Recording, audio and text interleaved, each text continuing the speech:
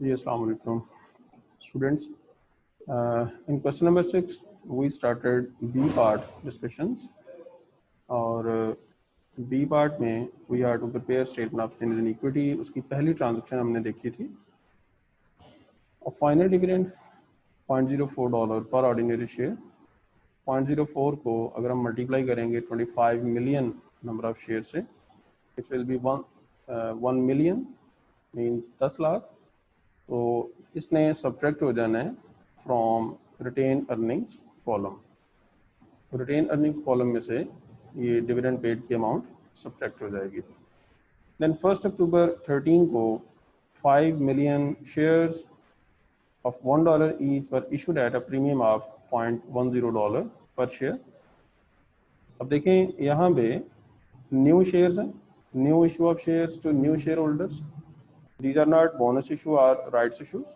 New issue of shares to new shareholders, जिसमें company को cash collect हो रहा होगा.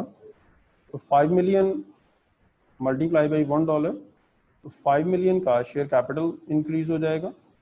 और 5 मिलियन को जो फर्दर प्रीमियम है अबव दैट पार वैल्यू $0.10 उससे मल्टीप्लाई करेंगे तो 500,000 मीन्स 5 लाख ये अमाउंट बन जाएगी शेयर प्रीमियम की. और 55 लाख या 5.5 मिलियन टोटल में इंक्रीज हो जाएगा. दोबारा से समझें, यहाँ पे 5 मिलियन शेयर्स इशू हो रहे हैं और ये $0.10 प्रीमियम पे इशू हो रहे हैं, पार वैल्यू $1 है. दैट्स वाई 5 मिलियन का इंक्रीज हो जाएगा शेयर कैपिटल में और 500,000 5 लाख का इंक्रीज होगा इन शेयर प्रीमियम और टोटल में 5.5 मिलियन का इंक्रीज हो जाएगा. 1 नवंबर 13 को राइट्स इश्यूज हैं.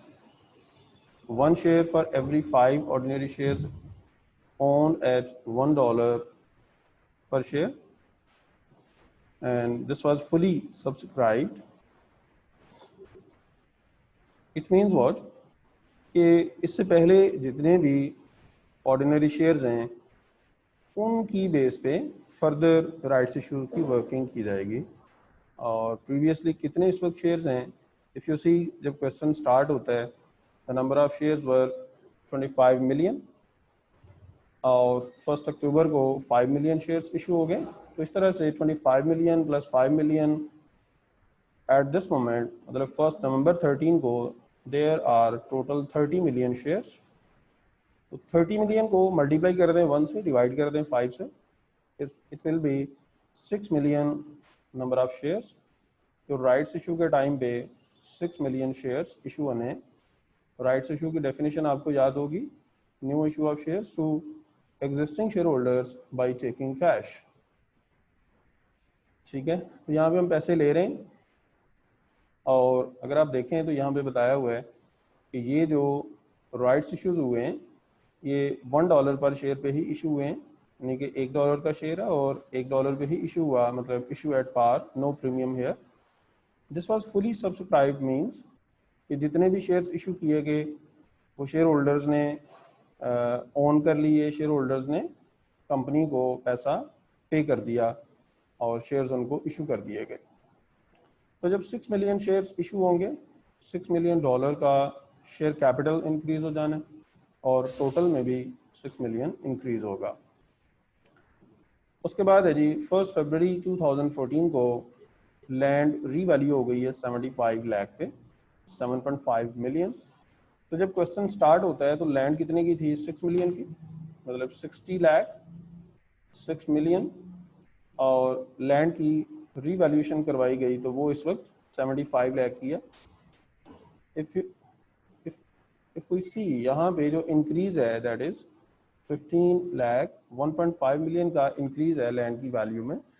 सो it's an increase in non current asset value, और increase in non current asset value को हम लोग रीवैल्यूएशन रिजर्व या रीवैल्यूएशन सरप्लस के नाम से रिकॉर्ड करते हैं.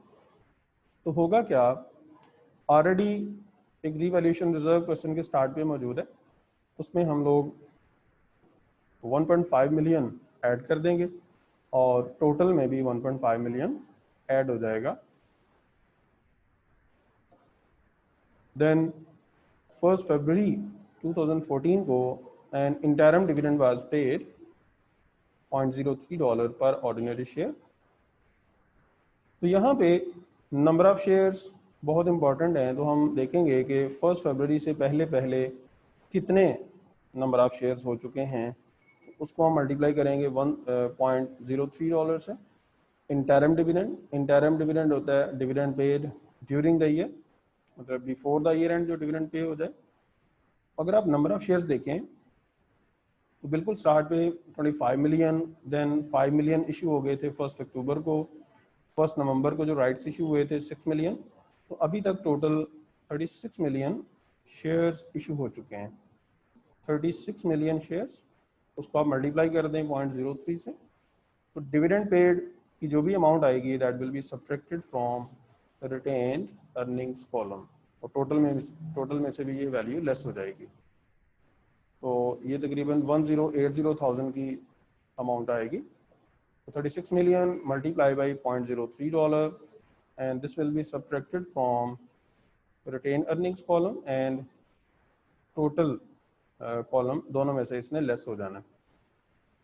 Then 1 मार्च 2014 को transfer of 500,000 from the retained earnings to general reserve। तो रिटेन अर्निंग्स में से हम 500,000 को लेस कर देंगे और जनरल रिजर्व्स में ऐड कर देंगे। जनरल रिजर्व की डेफिनेशन हमने सीखी थी, an amount which is kept by the company for some specific purpose, specific cost in future. तो 500,000 की अमाउंट क्या होगी, हम ट्रांसफ़र कर देंगे रिटेन अर्निंग्स में से to the general reserve column. तो इसका टोटल पे कोई भी इम्पैक्ट नहीं होना, क्योंकि this is just a transfer from the retained earnings to general reserve. Then the last transaction is proposed dividend. इसका रेट यहाँ पे दिया हुआ है, लेकिन प्रपोज्ड डिविडेंड के लिए आप नोट रखें कि proposed dividend is not shown in statement of changes in equity and also not shown in statement of financial position as it's not a liability। तो proposed dividend को हम लोग नेक्स्ट ईयर में एडजस्ट करेंगे जब ये पे होगा। तो करंट ईयर एंड पे इसको हम कहाँ पे शो करेंगे, इसको हम शो करेंगे as a note to financial statements. We will show under a statement under the heading of note to financial statements. ये नोट्स टू फाइनेंशियल स्टेटमेंट्स क्या होते हैं कि जो हमने फाइनेंशियल स्टेटमेंट्स से relevant extra details, extra disclosures देने होते हैं for the information of share holders. तो वहाँ पे हम प्रपोज डिविडेंड के हवाले से लिख देंगे कि जी this rate will be paid but this has not yet been paid. अब हमने देखना है कि इसको statement of changes in equity में कैसे शो होना है।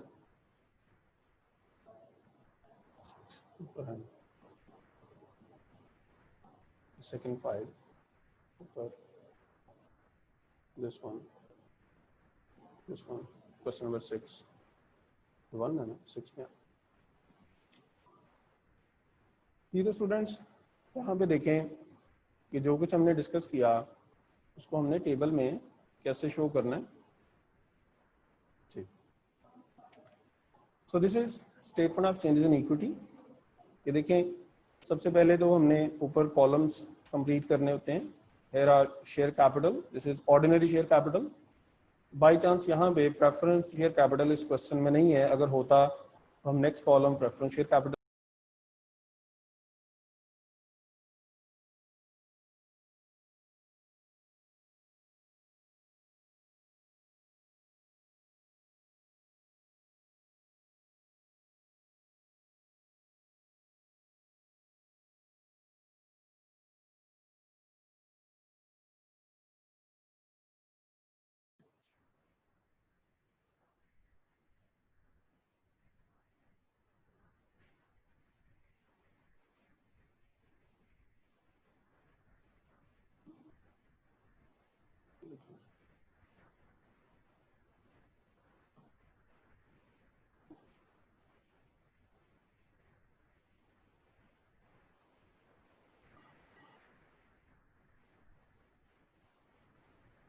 चलें, वो तो हो रहा है ना शो, उधर से देखिए आप इसको कर लें, ठीक है मुझे नज़र आ रहा है, अब इसको कर लें, इधर ही रहना जी। तो स्टूडेंट्स सबसे पहले हमने इसके कॉलम्स कंप्लीट किए, share capital, share premium, revaluation reserves, general reserves, retained earnings and total. You can see कि यहाँ पे 4 रिजर्व्स कंप्लीट हैं, शेयर कैपिटल सिर्फ एक है, this is ordinary share capital. तो सबसे पहले हम इसके ओपनिंग बैलेंसेस लिखेंगे। 1 जून 2013 को ऑर्डिनरी शेयर कैपिटल था 25 मिलियन, शेयर प्रीमियम था 5 मिलियन एंड रीवैल्यूएशन रिजर्व्स हैं 1 मिलियन के, जनरल रिजर्व्स तब नील था, रिटेन अर्निंग्स हैं 2950,000 एंड देन टोटल। तो सबसे पहले जो हमने फाइनल डिविडेंड की कैलकुलेशन की थी अकॉर्डिंग टू द डेट, आप इसको वेरीफाई कर सकते हैं। It was 1 million and we discussed it is subtracted from retained earnings and also in the total column. उसके बाद शेयर इशू किए थे हमने 5 मिलियन के, तो 5 मिलियन इंक्रीज हो गया शेयर कैपिटल में और 500,000 इंक्रीज हो गया शेयर प्रीमियम में। According to the question information हमने डिस्कस किया था कि ये वैल्यूज़ कैसे बनी, और टोटल में इंक्रीज हो गया 55 लाख 5.5 मिलियन। ये मिलियन की अमाउंट कंप्लीट करने के लिए आप देखेंगे टेबल के टॉप पे 3 जीरो लगे हुए हैं, टेबल के बिल्कुल टॉप पे 3 जीरोज लगे हुए हैं कि टेबल के अंदर इतनी स्पेस नहीं होती, तो 3 जीरोज तो वैल्यू के साथ हैं, 3 जीरोज ऊपर हैं, इस तरह से 6 जीरोज कंप्लीट हो रहे हैं फॉर अ मिलियन अमाउंट। 1 नवंबर 2013 को इट वाज राइट्स इशू और इसकी हमने वर्किंग की थी कि 6 million share and 6 million share capital dollar amount increase होगा, तो शेयर कैपिटल में इंक्रीज हो गया था और टोटल में इंक्रीज हो गया था। देन लैंड वाज रीवैल्यूड और इसकी हमने वर्किंग की थी कि 1.5 मिलियन का इंक्रीज होगा, तो रीवैल्यूएशन रिजर्व्स में इंक्रीज हो जाएगा 1.5 मिलियन का और टोटल में भी इंक्रीज हो जाएगा 1.5 मिलियन का and so on. Interim dividend जो लास्ट पे दिया गया था $0.03 पर ordinary share and we said कि up to this date total number of shares हो चुके हैं 36 मिलियन, जो कि क्वेश्चन के स्टार्ट पे थे 25 मिलियन। 1 फरवरी 2014 तक number of shares are 36 million. तो 36 मिलियन को आप मल्टीप्लाई करें 0.03 से, तो ये आ जाता है 1080,000, जो कि रिटेन अर्निंग्स में से लेस हो जाएगा और टोटल में से भी लेस होना है as it's a dividend payment. And then there was a transfer to general reserve 500,000 amount. तो ये आप देखेंगे जनरल रिजर्व में वैल्यू ऐड हो रही है और रिटेन अर्निंग्स में वैल्यू लेस हो रही है and there is no impact on the total column, क्योंकि this is just a transfer in between 2 reserves. Total में कोई इंक्रीज डिक्रीज नहीं होगा। एंड एट द एंड जो हमने profit for the year calculate किया था ए पार्ट में, that is added here in retained earnings column और ये टोटल में भी ऐड हो गया। और हम देखेंगे जितने भी कॉलम्स हैं उन सब को हम कंबाइन करें तो जो एंड बैलेंसेस आ रहे हैं, एंड बैलेंसेस वो जितने भी कॉलम्स हैं सबको हम टोटल कर लेंगे, सबको कंबाइन कर लेंगे। कीप नोटेड जो ईयर एंड डेट पे share capital and different reserves के क्लोजिंग बैलेंसेस हैं, these balances will be shown in statement of financial position under equity section, मतलब share capital and reserves section में ये सारे के सारे share capital and reserves show होंगे। मैं दोबारा बता दूं, ये जो एंड बैलेंसेस हमें नज़र आ रहे हैं at 31 May 2014 which is the year end date, यहाँ पे शेयर कैपिटल एंड रिजर्व्स की जो क्लोजिंग बैलेंसेस की वैल्यूज़ आ रही हैं, these will be transferred to statement of financial position and they will be shown under the heading of equity share capital and reserves। ये सब के सब वहाँ पे शो होंगे। बाकी जो स्टेटमेंट ऑफ फाइनेंशियल पोजीशन का फॉर्मेट है वो एज इट इज़ है जैसे हमने सीखा हुआ। नेक्स्ट पार्ट पे चलते हैं जी, सी पार्ट। क्वेश्चन में क्वेश्चन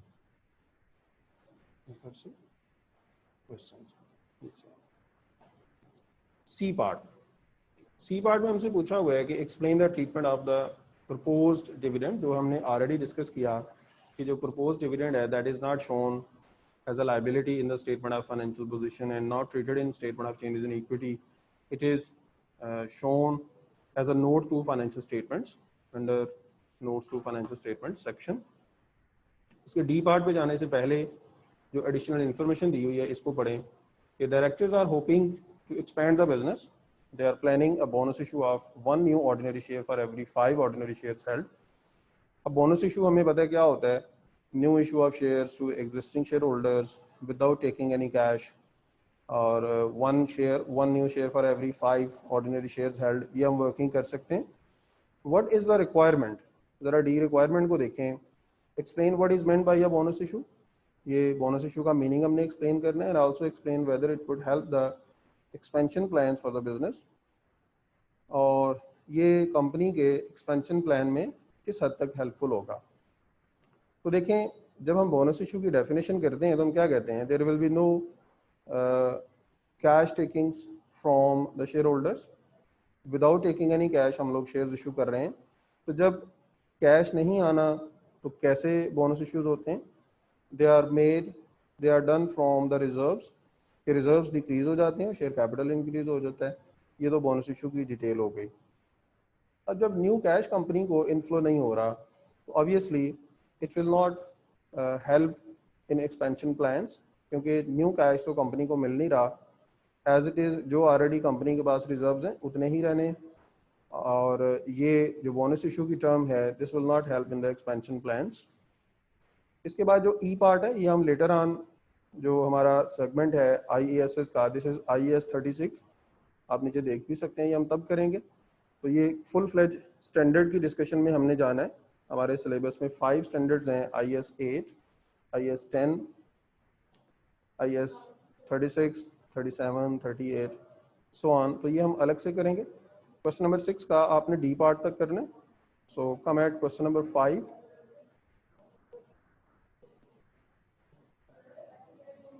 5 को एक नज़र देख लें. DPLC, इसके भी हमें ओपनिंग बैलेंसेस गिवन है 1 जनवरी 2017 के, और यहाँ पे ऑर्डिनरी शेयर कैपिटल की जो पार वैल्यू है दैट इज़ $2 ईच, और शेयर कैपिटल जो इस वक्त 2 मिलियन नज़र आ रहा है, इट मीन्स के नंबर ऑफ शेयर्स हैं यहाँ पे 1 मिलियन. 2 मिलियन को आप 2 से डिवाइड करें, इट विल बी 1 मिलियन. तो 1 मिलियन नंबर ऑफ शेयर्स हैं. देन रिजर्व्स की अमाउंट्स गिवन है,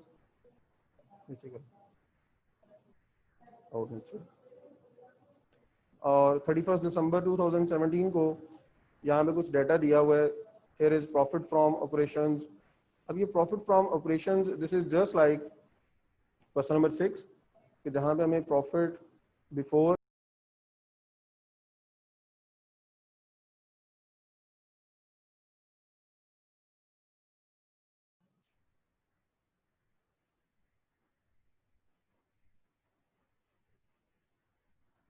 ये तो स्टूडेंट्स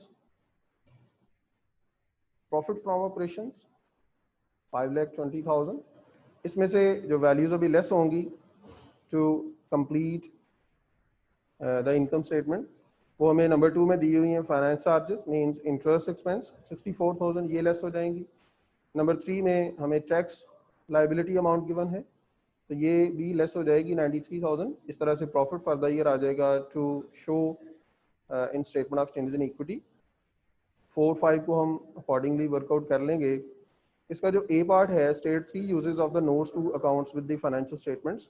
तो नोट्स टू फाइनेंशियल स्टेटमेंट्स क्या होती हैं, इसकी आप ये थ्योरी है, इसको आपने स्टडी करना है.